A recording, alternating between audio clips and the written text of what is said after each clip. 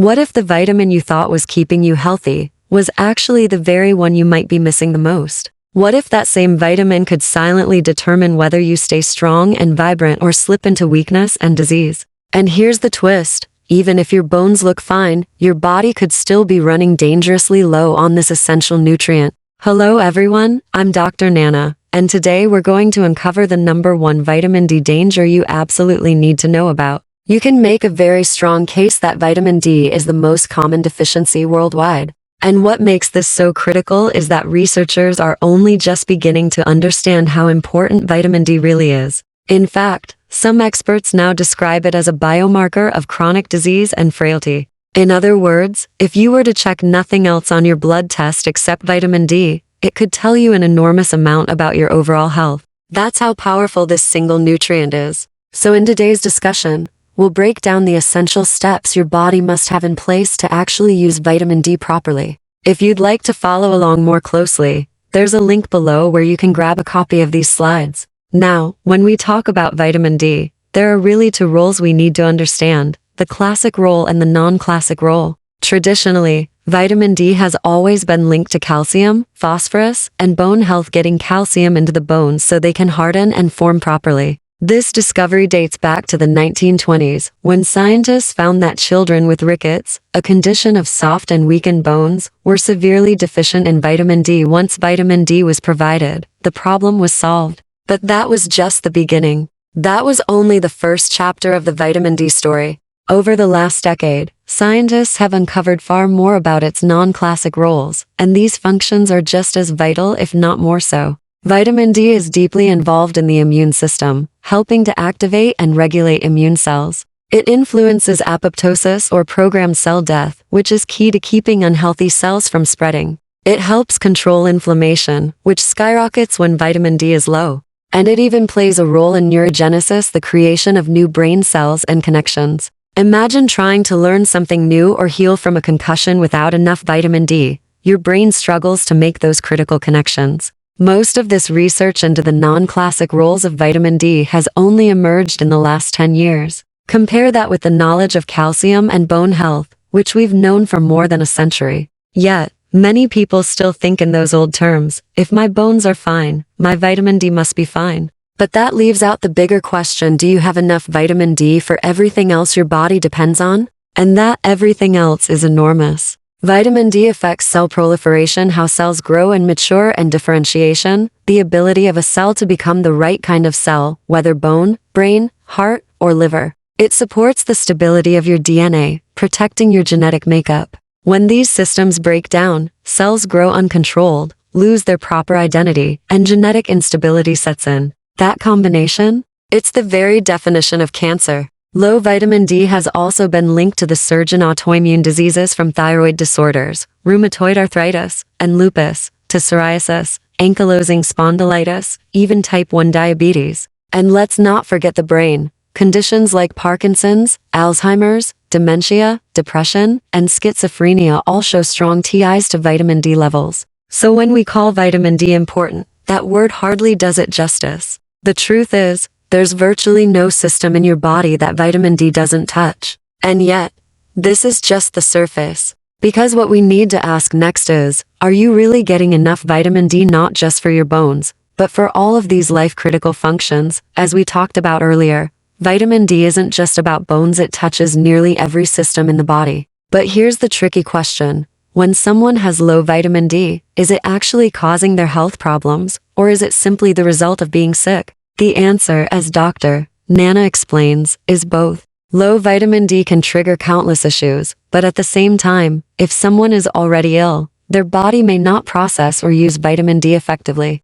It becomes a vicious cycle. Poor health lowers vitamin D, and low vitamin D worsens poor health. You can almost picture it like a wheel spinning downhill. Once it starts, it keeps rolling unless something stops it. So, how widespread is this problem? The truth may shock you. Officially, you're considered deficient if your vitamin D level falls below 20 nanograms per deciliter on a blood test. And based on that threshold, anywhere from 42% to 97% of the world's population is deficient. Think about that. Nearly half, or in some areas, almost everyone, is falling short. Even in countries that fortify foods and encourage supplementation, about 40% of people are still below that level so low they are downright dangerous. In other parts of the world, especially the Middle East, deficiency rates soar to as high as 97% of the population. That means virtually everyone you meet is deficient in this critical nutrient. It's so alarming that some experts questioned whether the data could possibly be true. Could it really be that nearly the entire population is deficient? In response, researchers tried to shift the guidelines. They argued, well, even at 12.5 nanograms, most people can still mineralize bone reasonably well. But here's the problem: they were slipping back into that old way of thinking, focusing only on the classic role of vitamin D, calcium, and bone strength, while ignoring its broader importance for immune function, brain health, and chronic disease prevention. Even at the official cutoff of 20 nanograms, the level is still far too low. And above that, if your blood shows less than 30 nanograms, you're not technically deficient, but you're classified as insufficient. Yet again, these numbers are mostly based on whether your bones can mineralize properly, not whether the rest of your body has what it needs for hundreds of other essential processes. So the real question is, what's truly optimal? If we want the full range of vitamin D's benefits, not just avoiding rickets, but supporting the immune system, the brain, and the genetic stability of our cells, how high should our levels really be? That's what Dr. Nana begins to unpack by walking us through the steps your body must follow to actually make and use vitamin D. Let's start with the most natural source, the sun. In theory, the process is simple. When your skin is exposed to ultraviolet rays, it produces vitamin D. That's how nature designed it, and for much of human history, that's how people got their supply. But today, things are not so simple. For one, air pollution has changed the game. With more particles in the atmosphere, sunlight is filtered before it even reaches the skin, reducing how much vitamin D your body can produce. Then there's the obvious fact: most of us don't spend all day outside. We wear clothes, we work indoors, we drive in cars with windows that block UV rays. Unlike our ancestors, who lived in the open air, modern life keeps us sheltered. Skin color plays a major role as well. The darker your skin, the more natural protection you have against UV radiation. While that protects against sun damage, it also means that your body needs much more sunlight to produce the same amount of vitamin D as someone with lighter skin. Add in factors like latitude, whether you live closer to the equator or farther away, and even the time of day you're outside, and it becomes clear how limited our natural vitamin D production has become. Think of it this way: if you're outside late in the afternoon, when the sun is lower in the sky, the rays aren't strong enough to trigger much vitamin D production. And in winter months, in northern regions, you could spend hours outside and still make almost none. And then there's aging. As we grow older, our skin simply loses efficiency. The body's ability to convert sunlight into vitamin D decreases with age, meaning seniors often face even higher risks of deficiency. But it doesn't stop there. Health conditions like insulin resistance, which affects nearly 80% of adults to some degree, also interfere with vitamin D production. Diets high in sugar and refined carbohydrates strain the body, disrupt insulin signaling, and further reduce the skin's ability to produce and process vitamin D effectively. Put all of these factors together: pollution, clothing, indoor lifestyles, skin pigmentation, latitude, aging, and metabolic disorders, and it's easy to see why relying on sunlight alone is no longer realistic for most people. So what's left? Diet and supplementation. But here's another challenge. There are very few foods that naturally contain meaningful amounts of vitamin D. Cod liver oil is by far the richest source. Cod liver PD, if eaten regularly, can provide some as well. Mushrooms exposed to UV light, irradiated mushrooms, offer a notable boost. And yes, there's a little in foods like butter, cream, egg yolks, and fatty animal products. But when we say a little, we really mean it's not nearly enough to maintain healthy levels. That's why, for most people, supplementation is the only practical, reliable way to meet daily vitamin D needs. Whether you get it in capsule form, drops, or fortified foods, supplementation ensures consistency, something diet alone can't provide. But even once you consume vitamin D, whether through food or supplements, the story doesn't end there. The vitamin still has to be absorbed properly in the digestive system and then converted into its active forms by the liver and kidneys. Without those steps working smoothly, vitamin D remains locked away, unable to deliver its benefits. And this is where Dr. Nana will lead us next, the fascinating journey of vitamin D inside the body, from sunlight or supplements all the way to its powerful role in nearly every cell. Because if understanding deficiency rates shocked you, just wait until you see how many roadblocks your body faces before vitamin D ever becomes useful. And once we walk through those steps, you'll finally understand why so many people remain deficient even when they think they're doing everything right. So let's turn the page and dive deeper into exactly what happens after you take in vitamin D and how your body transforms it into one of the most powerful molecules for your health. As we learned in page 2, getting vitamin D into your system through sunlight, food, or supplements is only the beginning. The real story starts once it enters your body because now it must go through several critical steps before it can actually do its job. First comes digestion. When vitamin D arrives in the stomach, it doesn't just slip right into your bloodstream ready to work. It must be broken down, and for that you need strong digestive enzymes. Because vitamin D is fat-soluble, it must also be consumed with fat. If your diet is extremely low in fat, or if your body struggles to release enough bile, you won't be able to break down and absorb vitamin D properly. In fact, research has shown something remarkable. Taking vitamin D with the largest meal of the day can increase absorption by up to 50. Why? Because larger meals typically contain more fat and trigger more digestive enzymes, which creates the perfect environment for vitamin D to be absorbed.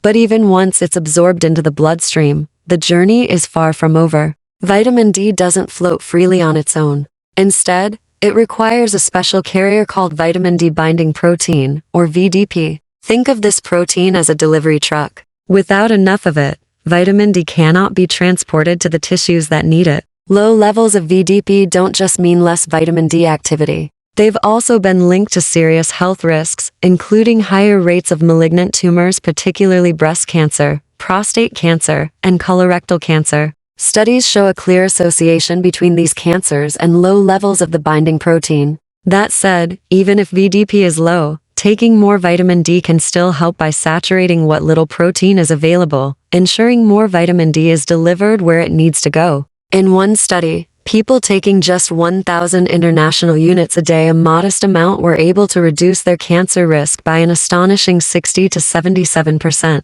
Still, transport alone isn't enough. Once vitamin D reaches its destination, it must enter the cell. This requires yet another step, one that depends on special docking sites called vitamin D receptors (VDR). These receptors sit on the surface of nearly every cell in your body. Without them, vitamin D remains locked outside, unable to activate its many protective functions. Vitamin D receptors are found throughout the body, but they are especially concentrated in tissues where vitamin D is most essential: kidney cells, immune cells, bone cells, and even specialized regions of the nervous system. For example, the substantia nigra, a part of the brain responsible for producing dopamine, relies heavily on vitamin D activity. If vitamin D is low, dopamine production falters, raising the risk of Parkinson's disease. Another critical area is the hypothalamus, the brain's master regulator of hormones, hunger, thirst, body temperature, and more. When vitamin D activity is compromised here, the effects can ripple through the entire body, contributing to neuropsychiatric disorders like depression and schizophrenia, cognitive decline such as dementia, as well as various endocrine and metabolic disorders. Even diabetes is strongly tied to vitamin D receptor activity. Both type 1 and type 2 diabetes show links to vitamin D deficiency. When vitamin D is low, the pancreas produces less insulin, making it harder to regulate blood sugar. At the same time, low vitamin D increases insulin resistance, the hallmark of type 2 diabetes. On the other hand, when vitamin D is sufficient, insulin resistance decreases, and the immune system is better regulated, offering protection against type 1 diabetes, an autoimmune condition. So, you can see the pattern. Every step matters. From digestion, to transport, to receptor activation, each stage determines whether vitamin D can truly protect your health. But even then, the story isn't finished. Because for vitamin D to express its full power, it must also work alongside other nutrients and cofactors. No vitamin operates in isolation. The number one cofactor is nutrient-dense whole foods. When you eat fresh, well-grown, and properly prepared foods, you're taking in a wide variety of vitamins, minerals, and enzymes that allow vitamin D to function at its best. Processed foods and sugary diets strip away these cofactors, leaving your body short on the essential tools it needs. Surprisingly, the second major cofactor isn't a food at all, it's exercise. Believe it or not, regular physical activity enhances the way your body processes and uses vitamin D. Movement stimulates circulation, hormone regulation, and cellular function, all of which help vitamin D carry out its many roles. So, while supplements may be the starting point, true vitamin D activity depends on a chain of interconnected steps: strong digestion, adequate binding protein, functioning receptors, and powerful cofactors like nutrient-rich foods and daily movement. And that leads us directly to the next part of our journey, because even when you're doing everything right, there are still other nutrients and lifestyle choices that can make or break your vitamin D success. Let's turn the page and explore those hidden partners that work hand in hand with vitamin D to keep your body thriving. We discovered how vitamin D needs digestion, transport, and receptors to work properly. But even then, it can't do everything alone. It depends on powerful cofactors and the right dosage to unlock its full potential. That's where lifestyle and supporting nutrients come in. Let's walk through them step by step. First, as we mentioned, exercise is a game changer. It activates every cell in your body, helping tissues function at their peak. Think of it as turning on the lights in every room of your house. Suddenly, everything works the way it should. Without movement, vitamin D's benefits are left half finished. Second and third, of course, is simply getting enough vitamin D itself, whether through the sun, your diet, or supplementation. There's no way around it. Your body must have adequate intake. Fourth comes magnesium, a mineral involved in hundreds of chemical reactions. It is perhaps the most important cofactor for vitamin D. Without it, many of vitamin D's actions stall out, like a car without fuel. Fifth, we need omega-3 fatty acids, specifically EPA and DHA. These healthy fats not only fight inflammation, but also help transport and activate vitamin D throughout the body. Sixth is zinc, a mineral that seems to appear in nearly every essential process, and once again shows up here as a partner in vitamin D metabolism. Seventh is boron, another trace mineral with a surprisingly important role in supporting vitamin D pathways. And eighth is vitamin K2. Some people can manufacture it through gut bacteria, others rely on food, and for many, supplementation is recommended. Often you'll hear advice to pair vitamin D3 with K2, though Dr. Nana finds that most people do better starting with D3 alone for several months, and then considering K2 afterward if needed. So that raises the big question: how much vitamin D do you really need? Basic guidelines suggest at least 600 IU per day, and for those over 6,800 IU per day. In some countries, you'll see doses listed in micrograms, where you simply divide the IU number by 40 to get the equivalent. Standard recommendations also set an upper safe limit of 2,000 IU daily. But here's where reality often clashes with theory. For many people, 2,000 IU just isn't enough. Genetic differences, limited sun exposure, and health conditions all play a role. In Dr. Nana's clinic, most patients required more to reach healthy levels. For many, 5,000 IU per day worked well. Yet even at that dose, some patients still showed deficiency on blood tests after months of consistent use. Others required short-term higher doses, around 10,000 IU per day, but that comes with risk. Over time, 10,000 IU can lead to vitamin D toxicity, which you absolutely want to avoid. That's why dosage should never be guesswork. So what's the solution? Testing. With so much variation from person to person, the only way to know your true vitamin D status is to check your blood. At your next lab work, ask specifically for a vitamin D test, if it's not included. And when you look at your results, here's how to interpret them.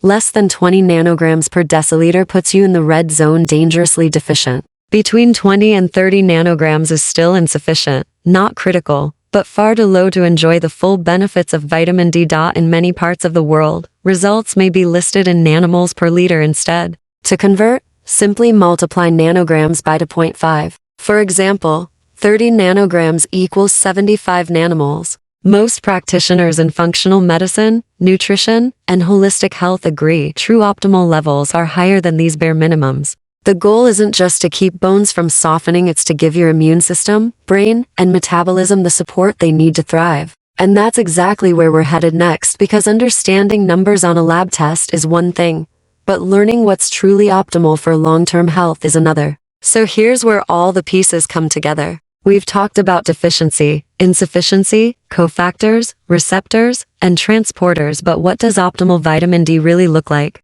According to Dr. Nana, the sweet spot lies between 50 and 80 nanograms per deciliter, which is the same as 125 to 200 nanomoles per liter. That's the range where your body can function at its best. And for many people, aiming closer to the upper end of that range is ideal. Why? Because remember, there's so much individual variability. Some people may get by with levels around 30 nanograms, but that's risky. Your ability to absorb vitamin D, how well your binding proteins transport it, how effectively your receptors use it, and whether you're getting the right cofactors, all of these vary from person to person. If you have even one weakness in the chain, you'll need higher vitamin D levels to compensate. That's why 50 to 80 is the optimal target. But what about going to high? That's a fair concern. On blood tests, once people cross 100 nanograms per deciliter to 50 nanomoles per liter, it's time to pull back. Because, yes, there is such a thing as vitamin D toxicity.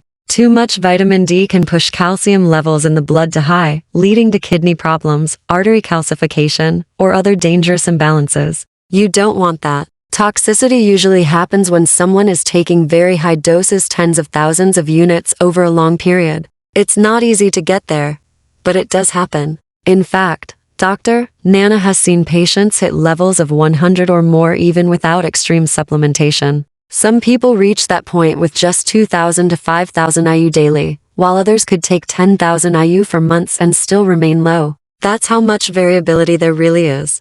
And that's why measuring is everything. You can't just assume you're in the safe range because you're taking a certain dose. Two people can take the exact same amount, but their blood levels may be completely different. Genetics, diet, lifestyle, absorption, and cofactors all play a role. So here's the rule of thumb: test, adjust, and retest. Don't guess. Don't assume. At the start, when you're figuring things out, get your vitamin D checked every 2 to 3 months. That way, you'll see how your body responds to supplementation and how quickly your levels rise. Once you find your baseline and stabilize, you won't need to test as often, maybe once or twice a year, just to be sure. Think of it like driving a car. You wouldn't close your eyes and hope you're staying in your lane. You keep glancing at the dashboard and looking at the road. Monitoring vitamin D works the same way. You adjust, you watch, and you stay within the range that keeps your body healthy. Because at the end of the day, vitamin D isn't just another nutrient, it's a master regulator. It impacts your bones, your immune system, your brain, your hormones, even your risk for chronic diseases. Too low, and you leave yourself vulnerable. Too high, and you risk tipping into dangerous territory. But when you find that balance, when your levels are steady between 50 and 80, that's where real health begins to shine. And here's the big takeaway from everything we've covered: vitamin D is too important to ignore. It governs so many critical functions in your body that you simply can't afford to not know where you stand. Guesswork isn't enough. Taking some vitamin D without ever checking your blood isn't a solution. You need to measure, monitor, and personalize your approach. So here's your action plan. Ask for a vitamin D test next time you get blood work. Learn your baseline. Supplement smartly, based on your actual numbers. Recheck after a few months. Adjust as needed, and repeat until you're in the optimal range. It's not complicated, but it is life-changing. And now, as we close this video, I want to leave you with this thought: health isn't about quick fixes or chasing the latest trend. It's about understanding how your body really works and giving it what it needs, day after day. Vitamin D is one of the most powerful keys you can use to unlock better health, stronger immunity, and a longer, more vibrant life. So if this video has helped you see vitamin D in a new light, imagine how much more you'll learn in the videos to come. That's why I encourage you, hit the like button, subscribe to Senior Health Boost, and turn on the notification bell so you never miss a single video that could protect your health or even save your life. Stay curious, stay committed, and remember, you have the power to take control of your health. I'm Dr. Nana, and I'll see you in the next video.